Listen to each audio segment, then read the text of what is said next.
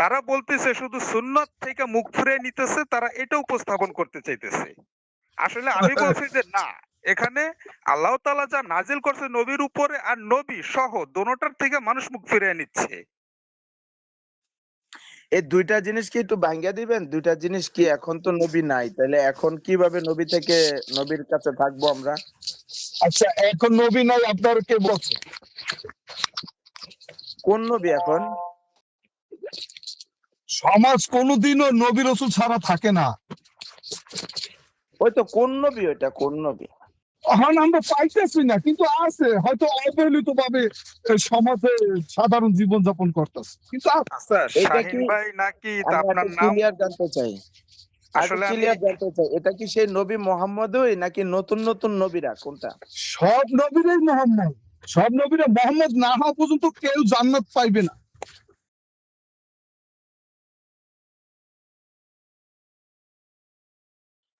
তাহলে ম্যাডাম ওই একটা যে প্রশ্ন এসে যায়, পৃথিবীতে এখন কতজন আল্লাহ আছে? হ্যাঁ, রাইট রাইট, থ্যাংক ইউ। জি, শিবপ্রাপু বলেন। কতজন আল্লাহ আছে? একজনই।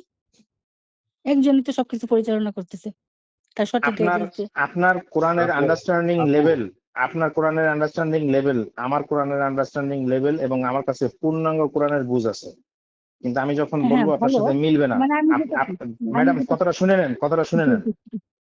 আপনিও কোরআনের পূর্ণাঙ্গ বুঝ পাইছেন, আমিও কোরআনের পূর্ণাঙ্গ বুঝ পাইছি, এবং আমাদের ভিতরে আরো কয়েকজন পাইছে। তাহলে আল্লাহ তো 5 জন হয়ে গেল। এখন সেই হিসেবে বলুন পৃথিবীতে কত আল্লাহ আছে? আমি জানি না, আমি যেটা পাইছি সেটা আমি বললাম যে আমি এইভাবেই বুঝছি কোরআনটাকে। পুরাটা কোরআন শরীফ মেমোরাইজ করে আমার কাছে এইটাই মনে হয়েছে যে এইটার থেকে একটা গাইডেন্স আসে, অন্তরের মধ্যে আসে। হ্যাঁ, ওইটা হইলো আল্লাহ, মানে সঠিক গাইডেন্স, যেটা আমাদের আপু, সঠিক পথে তার পরিচালনা মানে করবে। আপনার কাছে যে গাইডেন্স চলে আসছে, তাহলে আপনি এখন আল্লাহ। আমি এতে আল্লাহ তো না কোনো তো, ভুল নাই। আমি আল্লাহর গাইডেন্সটা পেয়েছি, ব্যাস। ওই তো পাওয়ার আমি পরে তো আল্লাহ আপনি হতে আল্লাহ যাবো। হয়ে গেছেন। আল্লাহ হয়ে গেছেন হ্যাঁ, না? মানে আল্লাহ আল্লাহ বলতে আল্লাহ রাসূলের মধ্যে কোনো পার্থক্য করা যাবে না।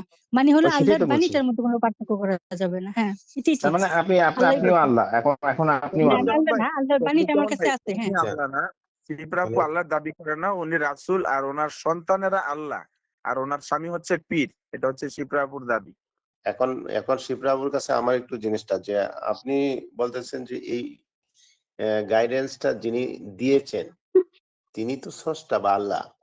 তো সেই জি। আল্লাহর অস্তিত্বটা কি আমি কিছু বুঝি, আমি কিছু অনুভব করতে পারি? শুধু গাইডেন্স না, আমার আল্লাহর আর স্বতন্ত্র একটা অস্তিত্ব আছে, সেই অস্তিত্বটা কেমন, এই ব্যাপারে আর কি আমরা কিছু বলতে পারবো? আসলে আল্লাহ, আমি যেভাবে বুঝি, মানে আল্লাহর গাইডেন্সটা যদি আমি অনুসরণ করি, মানে আল্লাহর কথা যদি আমি অনুসরণ করি, তাহলে আমার জীবনটাকে জান্নাতি জীবন হবে। এটাই আল্লাহর অস্তিত্ব। আমার জীবনটাকে সে চেঞ্জ করে দিতে পারবে। আমি সারা জীবন একটা পথে চলছি, অনেক কষ্ট করছি, এখন আমি কোরআনের বুঝতে পাই, এখন আমার জীবনটা জান্নাত হয়েছে, মানে একদম ফ্রি হয়েছে আর কি। জান্নাত মানে কি? ফ্রি। এই গাইডেন্সটার জন্য হয়েছে একমাত্র। তাহলে আল্লাহর অস্তিত্ব তো আমি বুঝতেছি, আল্লাহকে ধরতে পারতেছি না, কিন্তু আমি কিন্তু আল্লাহর অস্তিত্ব আমি নিজে বুঝতেছি, ফিল করতেছি যে আল্লাহ আমাকে এইভাবে পরিচালনা করতেছে, এটা আমি অনুভব করি। আর আল্লাহর কাছে গাইডেন্স পাইতেছি, এটা তো ধরেন কেউ কোরআনটা বুঝতেছে না, সারা দুনিয়ার মানুষ, কিন্তু আল্লাহ যে আমার অন্তরের মধ্যে এই কোরআনের সঠিক বুঝটা দিছে, তো এটা তো বোঝা যায়। দেখেন, কাউকে বললেও বুঝে না, বিশ্বাস করে না, অথচ আমি কিন্তু আল্লাহর পক্ষ থেকে পাইছি। হ্যাঁ, এটা কিন্তু কোরআনে অনেক জায়গায় আছে যে আমি রাসূলের কাছে ওহী করি। হ্যাঁ, এই জিনিসটা কিন্তু কেউ মানতে চায় না। সবাই মনে করে যে কোরআনটাই আসলে রাসূল। আসলে একটা আয়াতে আছে যে মানুষের মধ্যে থেকে রাসূল পাঠাইছি।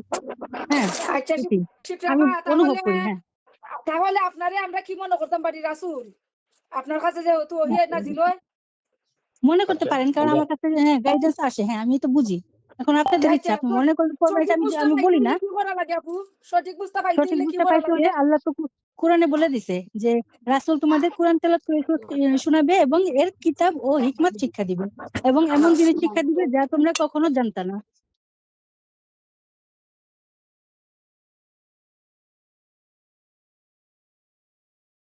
ঠিক আছে, এখন এই রাসূল তো আপনি, এখন আপনার ক্ষেত্রে ধরেন এই যে আপনি যদি বিবাহ শাদী এই ক্ষেত্রে মানে আপনার কাছে কি কোনো বিধিবিধান আছে? মানে যদি মনে করেন একটা লোক বিবাহ করবে, শাদী করবে, বা আপনি যদি মনে করেন যে আপনি একাধিক পুরুষের সাথে বিবাহ বন্ধনে আবদ্ধ হবেন, এই ক্ষেত্রে আপনার আল্লাহ কি বলে না আসলে জানাবেন? বলা নাই, আমি তো বললামই কোরআনে এই যে আমরা যে বিবাহের আয়াত দেখতেছি, হ্যাঁ, এটার মধ্যে আসলে বিবাহের না, কথা ওই লেখা নাই, আয়াতের এখানে কথা লেখা আমি আছে বলতেছি না। কিভাবে আপনার কোরআনটা কাছে যে প্রচার বোঝ করবো আমরা। আছে, এখন যদি ওই শিপ্রা আপু মনে করেন বিবাহ বহির্ভূতই তার পছন্দের পুরুষের সাথে মানে ফিজিক্যাল রিলেশনে যায়, সেক্ষেত্রে তার আল্লাহ কি বলে, তাকে নিষেধ করে নাকি অনুমতি দেয়? আপু কোশ্চেনটা কি বুঝছেন? হ্যাঁ মানে বিয়ের কথা বলতেছেন, তো বিয়ে তো না না ধরেন না, বিয়ের এক এক কথা না, জায়গায় এক এক বিয়ের দেশে কথা এক না, এক রকম। শিপ্রা আপু বিয়ের কথা না, আমি বলছি তাহলে একজন নারী যদি বিবাহ বহির্ভূত মনে করেন একাধিক পুরুষের সাথে স্বেচ্ছায় মনে করেন ফিজিক্যাল রিলেশন করে, সেক্ষেত্রে আপনার যে আল্লাহ সে কি মানে তার কি এই ব্যাপারে কি নির্দেশনা, সে কি করতে পারবে কোনো নারী স্বেচ্ছায় একাধিক না, এটা পুরুষের কোরআনে সাথে? বলা নাই, কিন্তু আল্লাহ কারণ আমাদের বিবেক বুদ্ধি দিছে আল্লাহ, এভাবে তো আপনিও জানেন আমিও আচ্ছা, জানি। বিবেকে আল্লাহ আমাদের আপু হ্যাঁ, আপু আমাদের আমরা আমাদের পৃথিবীতে ফিচার আপু দিছে, আমাদের হলো আপু ব্রেন দিছে, আপু আপু আমরা এর অনুযায়ী আপু চলবো। হ্যাঁ আপু শুনুন শুনুন আমার কথা বলে, জি। আমরা বর্তমান এক্সিস্টেশন এই পৃথিবীতে মানে এই বর্তমান পৃথিবীতে আমরা এরকম অনেক নারীকে দেখি যারা একাধিক পুরুষের সাথে যৌন সঙ্গম করে। এটা কোনো কল্পকাহিনী না বা অবাস্তব কোনো চিত্র ধরি নেই।